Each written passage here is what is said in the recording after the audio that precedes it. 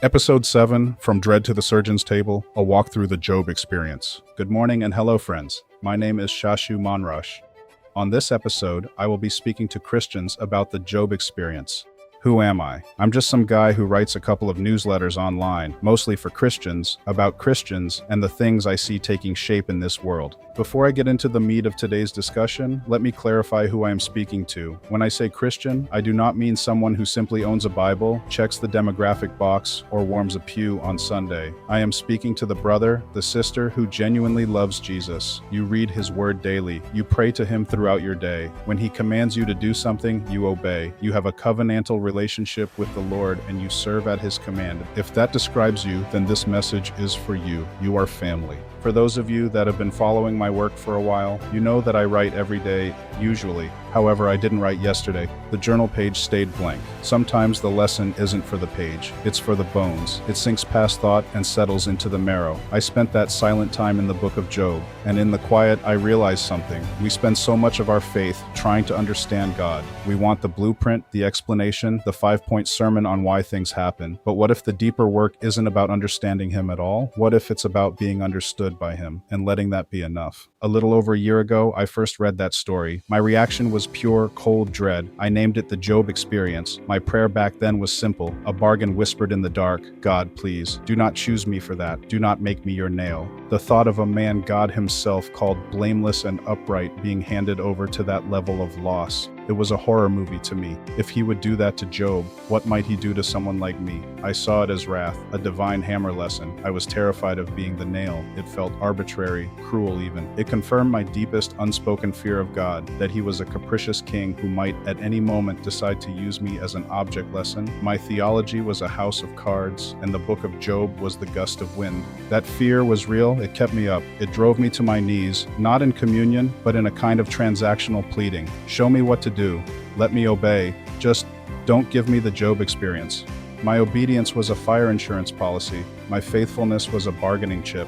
Do this, God, so you won't do that. It was a faith based on avoidance, not on love. My perspective has changed. It's been sanded down by the grit of the last year, polished in the fire of this season. I no longer see a horror story. I see a surgery manual. The change didn't come from a new commentary or a brilliant preacher. It came from living inside a smaller version of the story myself. It came from watching my own carefully constructed life, my business, my plans, my sense of control, be dismantled piece by piece to make room for a single non-negotiable calling, caring for my mother. I didn't lose everything like Job, but I lost the everything I thought I was. Let me give you a picture from this morning. Just before I sat down here, I helped my mom out of bed. She needed to use the commode. It was right beside her. With a force that surprised me, she pushed my hand away. "No," she said, "the bathroom." It was an ordeal. It took effort, my full support. Every step was a negotiation with gravity, but she insisted on the longer, harder path. In that moment, her stubbornness wasn't a burden. It was a sign. Attitude equals progress. The fight in her is returning. That's a mercy. It's also a mirror. Her difficult, painful forward motion is a tiny picture of my own spiritual state. The easy thing is to stay in bed, to use the commode right beside you, to accept the diminished life. The hard thing, the holy thing, is to insist on the longer walk to the bathroom, to choose the path of dignity, even when every joint aches and you need a shoulder to lean on. God isn't calling us to comfort, he's calling us to the bathroom, to the place of cleansing, of renewal, even if the journey there feels impossible. Back to the furnace, back to Job. I misunderstood the story. I was fixated on the hammer and the nail. I missed the surgeon and the table. Look at the text. God says to Satan, "Have you considered my servant Job, that there is none like him on the earth, a blameless and upright man who fears God and turns away from evil?" Job 1:8. Listen to the tone. It's not anger, it's confidence. It's a statement of trust, even of pride. The enemy believed Job's faith was a product of his comfort, his blessings, the hedge around him. God knew it was rooted in something unshakable. The trial wasn't a punishment. It was the ultimate validation of a faith that was real. It was the process that would prove that faith, not just to the heavenly audience, but to Job himself. God was not attacking Job's faith, he was betting on it. This is the shift. The Job experience is not about what God does to you. It's about what he does in you. We read the losses, the sores, the despairing speeches, and we see a tragedy. God sees a refiner's fire. He sees the ore of a man's soul being heated to the point where all the the impurities, the dross of fair-weather faith, the alloy of blessing-based devotion, rise to the surface so they can be skimmed off. What's left is pure gold. It's transformation. It's the meticulous, painful, loving work of a surgeon who sees the cancer of self-reliance, the calcified pride, the tumors of idolatry we've learned to live with. He doesn't hate the patient, he loves him enough to operate. And here is the hardest, most beautiful truth. The surgeon doesn't put you to sleep for this. You are awake for the whole thing. You feel the incision, you see the blood, you hear the sound of your own attachments being severed. This is the open heart surgery without anesthesia I once feared. I think of that old show, The $6 Million Man. A man shattered is rebuilt, given new strength, new capabilities. But first, the accident, then the surgery, then the brutal, grueling therapy, the process. It sucked, but the outcome was a man remade for a purpose he couldn't have fulfilled before. We want the bionic strength. We do not want the accident that necessitates it. We want the resurrection without the crucifixion. But the order is fixed. Death first, then life. God's surgery doesn't give me bionic limbs. It gives me a bionic heart. A heart that beats in time with his. A spirit that can withstand pressures that would have shattered the old man. He's not building a superhuman for show. He's fortifying a son for war, creating a vessel that can carry his glory without cracking under the weight. We have this treasure in jars of clay to show that the surpassing power belongs to God and not to us. 2 Corinthians 4:7. The process feels like the jar being broken. It is, in fact, the treasure being revealed. This is the purification through the fiery furnace. It's not random suffering, it's targeted, precise, purposeful. Those whom I love, I reprove and discipline, so be zealous and repent. Revelation 3:19. The love is in the reproof. The care is in the discipline. He is not a sadist. He is a sculptor, and the chisel hurts. But the chisel is love. I used to pray, don't give me the Job experience. Now my prayer is different. Do whatever it takes.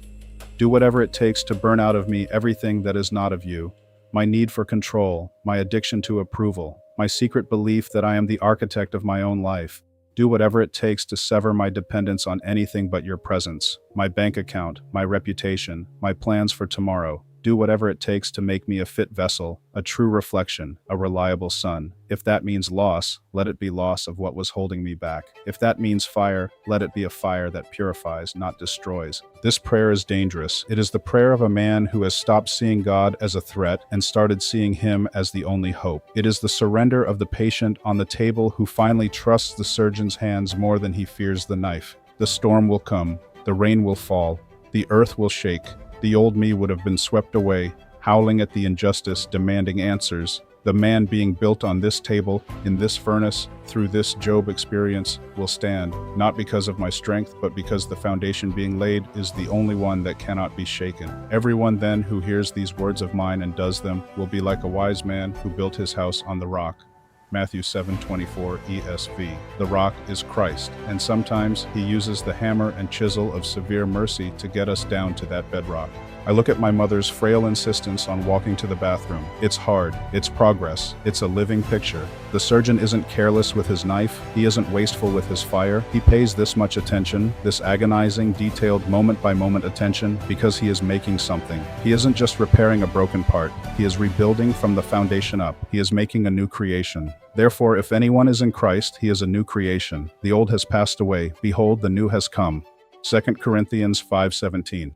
The passing away is the painful part. The coming is the glory. A year ago, I read Job and trembled at what God might take from me. Today I read it and am in awe of what he is determined to build in me. The fear remains, but the flavor has changed. It's no longer the fear of the victim. It's the sober respect of the patient who trusts the surgeon, even as the anesthesia wears off and the cutting begins. I know the outcome is life, a life I can't imagine from this side of the table. It is the fear of the Lord, not a terror that he will hurt me, but a profound reverence that he will hurt me if that's what it takes to heal me. And I can say with a trembling heart, thy will be done. So I lay here, on the table, in the furnace, in the wild lashing storm, and I say, do whatever it takes. The finished work he has in mind is worth every moment of the process. It is a weight of glory that makes this present lightness of suffering seem like nothing in comparison. The echo of that future grace is what steels me for the incision today. That is all for this morning, and thank you for listening. Please share this with someone who needs to hear it. You can find my writing at shashuemonrauch.com. I am at Shashue Monrauch. Pray for me as I pray for you. Peace and blessings, fam. I'm out.